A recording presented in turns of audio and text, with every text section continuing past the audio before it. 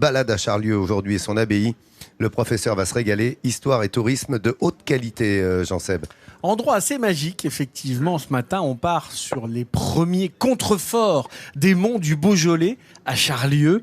Alors, qu'est-ce qu'on peut en dire de Charlieu? Que c'est un gros marché du Charolais, que c'est un centre textile également, mais c'est surtout là-bas que se sont installés des moines bénédictins venus de Touraine. Nous sommes en 872.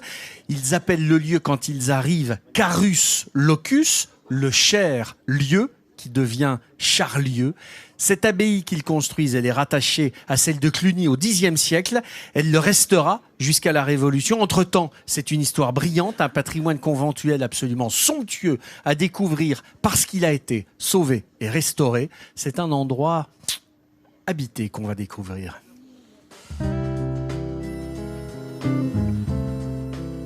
Dans la Loire, la petite ville de Charlieu est un magnifique témoignage du passé. Ici, le temps semble s'être arrêté au Moyen-Âge, avec ses maisons médiévales, ses tours et ses ruelles étroites. Le visiteur tombe très vite sous le charme de Charlieu. Et l'emblème de la ville est sans doute l'abbaye. Fondée au IXe siècle, ces murs vénérables n'ont aucun secret pour Jean-Paul, qui est guide ici depuis près de 40 ans. La ville de Charlieu s'est construite autour de son abbaye, dont les moines avaient fait une affaire très prospère.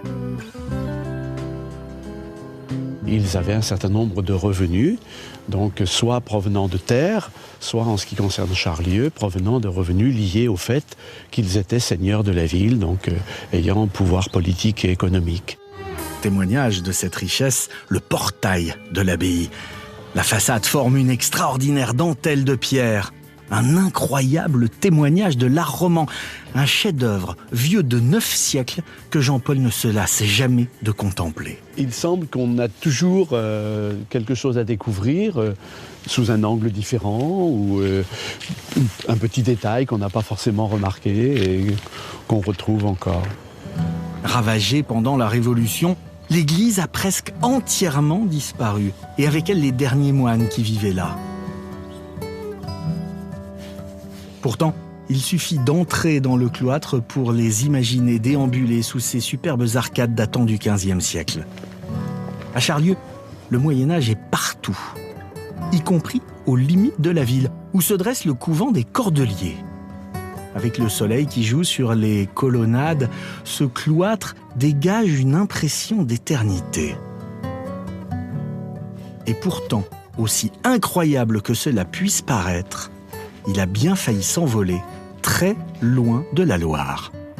Le propriétaire cherchait à vendre fin 19e, début 20e, et on a appris en juin 1910 que le cloître était vendu pour partir aux États-Unis, orner le cours de tennis d'une famille milliardaire américaine.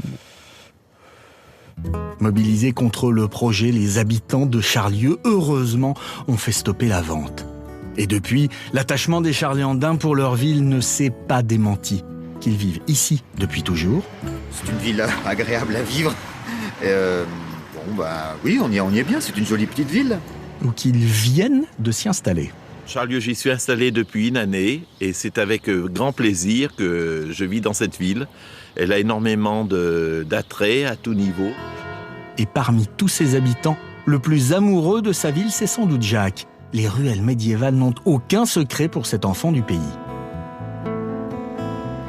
On a la chance d'avoir plusieurs maisons bien conservées. Ce sont des maisons donc, à pans de bois, à colombage du XVe siècle, qui sont construites en bois de chêne et qui ont bien tenu le coup, et qui abritaient pour la plupart au rez-de-chaussée donc, des échoppes de marchands ou de commerçants. Les négociants les plus riches, eux, vivaient et travaillaient dans de superbes demeures en pierre, comme celle-ci datant du XIIIe.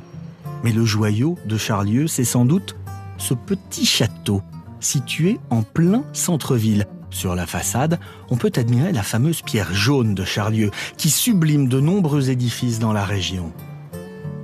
Et pour finir, Jacques nous réserve une dernière surprise, la salle des mariages de l'hôtel de ville, ornée de superbes tapisseries d'Aubusson. Pour Jacques, cette pièce symbolise son attachement à Charlieu.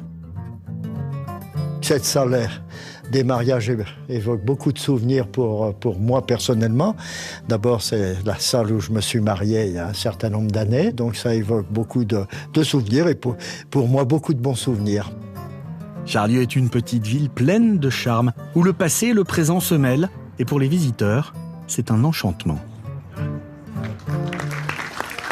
Alors on a vu dans le sujet qu'à Charlieu, on avait sauvé le cloître qui devait être vendu aux États-Unis. C'était assez courant, à la fin du 19e, au début du 20e. Des propriétaires privés vendaient pierre par pierre ce patrimoine. On en trouve un, par exemple, à New York. Les Cloisters de New York, qui sont dans le nord de New York, font partie du Metropolitan Museum et ont été achetés en France. Mais plus intéressant est la question de savoir pourquoi Charlieu est aussi riche en patrimoine, en bâtiments, en sculpture. Pourquoi alors ?